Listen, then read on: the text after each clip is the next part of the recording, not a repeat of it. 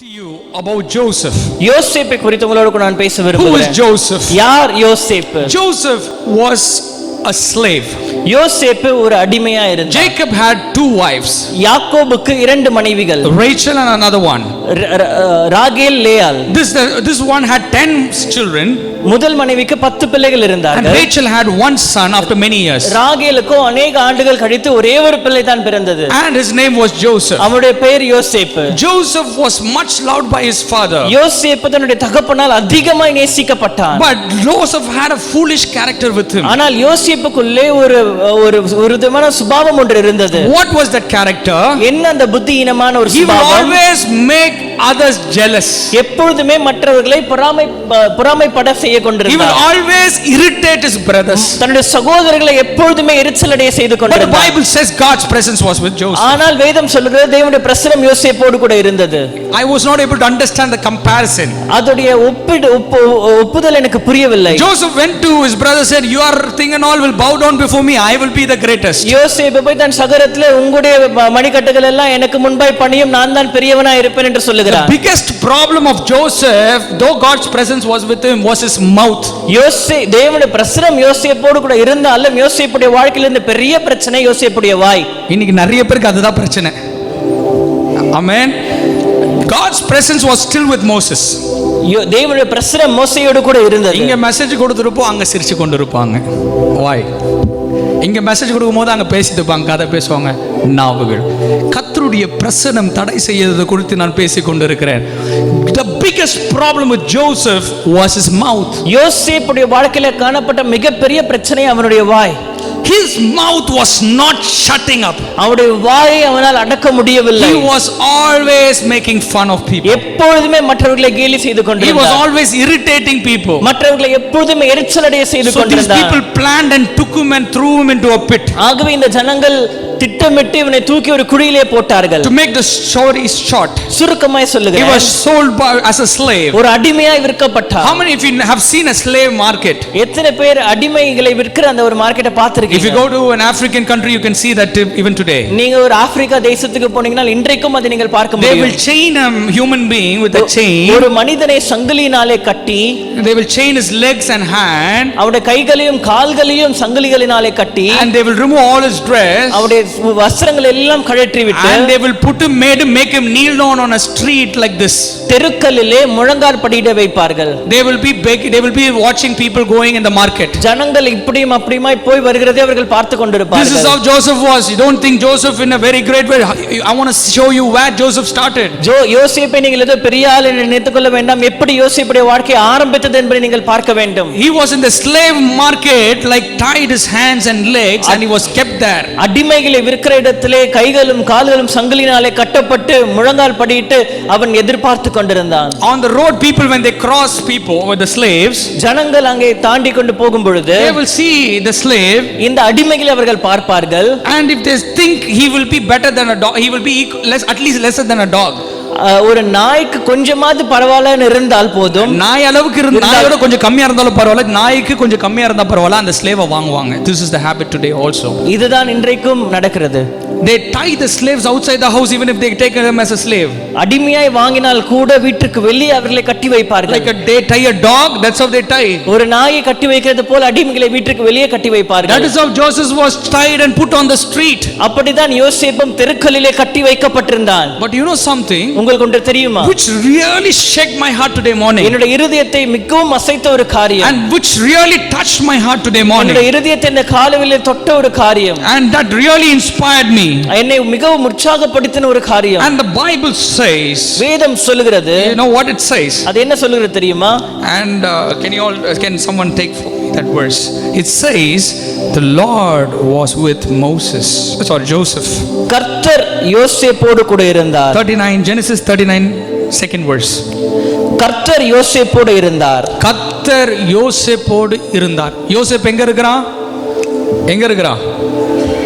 மார்க்கெட்ல வஸ்திரங்கள் கழுத்தப்பட்டு கை கால்கள் கட்டப்பட்டு அடிமையாய் அங்க முழங்காலிடப்பட்டு போற வர ஜனங்கள்ல யாராவது அவனை ஒரு நாய்க்கு ஈடாக அவன் தேடப்பட்டால் அவனை கொண்டு போய் அங்கே வெளியில் வீட்டில் அவன் வேலையை செய்கிறதுக்கு வச்சுப்பாங்க. மனுஷனா இல்லை, ஒரு மிருகத்தை போல. மனுஷர்களுக்கு ஒரு பேர் இருந்தது. அந்த காலத்தில் இப்படிப்பட்ட அடிமைகளுக்கு ஒரு நம்பர் இருந்துச்சா. they are not given a right to be a human being. ஒரு மனிதனாய் கூட வாழ அவர்களுக்கான அதிகாரம் அவர்கள் கொடுக்கப்படவில்லை. That is why I'll tell you, I'll connect to it later. நான் அதுக்கு பிறகு அதோடு நான் ஒப்பிட்டு வசனம் சொல்லுகிறது, ஜோசப் இங்க தெருவில் ஒரு வெக்கத்துக்கு ஈடாக கை கட்டப்பட்டு கால் கட்டப்பட்டு அடிமையாய் உட்கார்ந்து கொண்டிருக்கான். ஆனால் வசனம் சொல்லுகிறது, அந்த வசனத்தை எனக்காக படிங்க. கர்த்தர் யோசேப்போடு இருந்தார், அவன் காரிய சித்தி உள்ளவனானான். காரிய சித்தி உள்ளவனானான். பைபிள்ல சொல்லுது he was a successful man. அவன் காரிய சித்தி உள்ளவனானான். எங்க சக்சஸ்ஃபுல்லா மேனா இருக்கானா? எங்க இருக்கான்? அடிமையாய் அங்க முழங்கால் போட்டு கையை கட்டப்பட்டு இப்படி உட்கார்ந்துக்கிறானா. God is calling him a successful man. தேவன் அடிமையா இருக்கிற யோசேப்பை பார்த்து காரிய சித்தி உள்ளவன் என்று அழைக்கிறார். என்னால புரிந்து கொள்ள, தமிழ்ல அது காரிய சித்தின்னு இருக்கு, ஆனா இங்கிலீஷ்ல நீங்க போய் அதை தெளிவாய் படிச்சு பாருங்க. He was called to be a successful man. அவன் ஜெயமுள்ள ஒரு மனிதனாய் இருக்கிறான். எங்க இருக்கிறான்?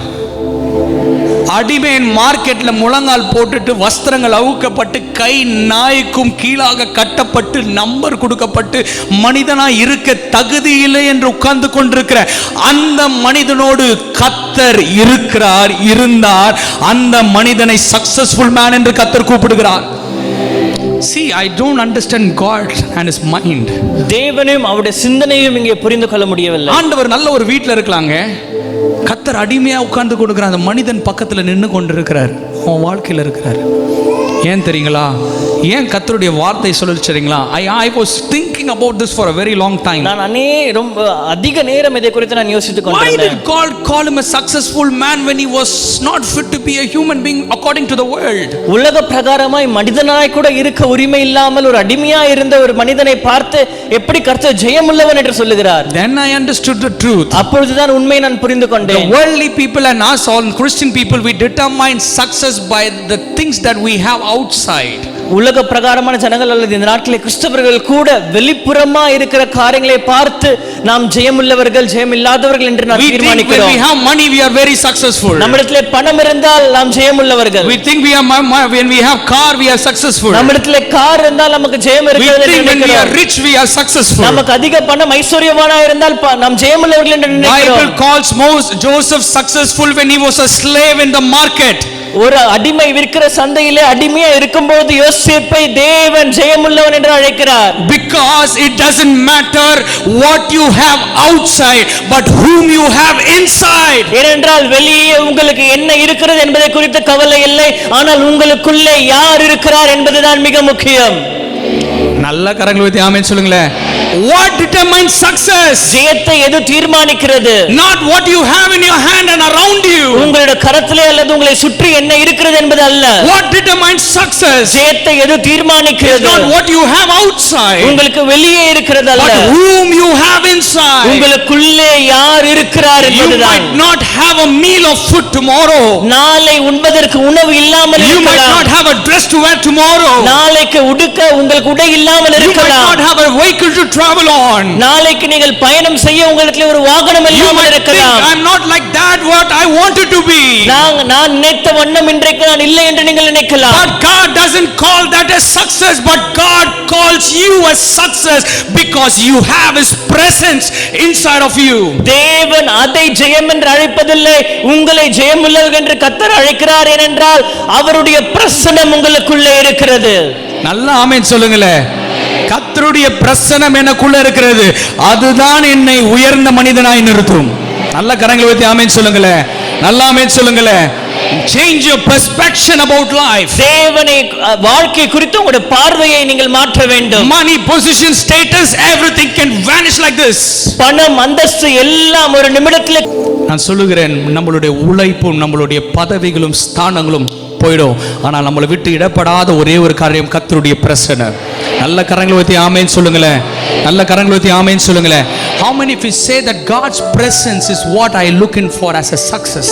ஜெயமாய் கர்த்தருடைய பிரசன்னத்தை தான் நான் எதிர்பார்க்கிறேன் என்று எத்தனை பேர் சொல்லுகிறீர்கள்? Amen. Amen. And people saw Joseph as a failure. யோசேப்பை தோல்வியான ஒருவனாய் ஜனங்கள் பார்த்தார்கள். His family saw him as a failure. தன்னுடைய குடும்பம் தன்னை யோசேப்பை தோல்வியுற்றவனாய் பார்த்தது. His society saw him as a failure. சமுதாயம் யோசேப்பை தோல்வியுற்றவனாய் பார்த்தது. But God saw him as a success. ஆனால் கர்த்தர் அவனை ஜெயமாய் பார்த்தார். Because Bible says, ஏனென்றால் வேதம் சொல்லுகிறது, greater is he who is in you than who is in the world. உலகத்தில் இருக்கிறவனை காட்டிலும் உனக்குள் இருக்கிறவர் பெரியவர். நல்ல கரங்களை உயர்த்தி ஆமென் என்று சொல்லுவோமாக. ஆமென்.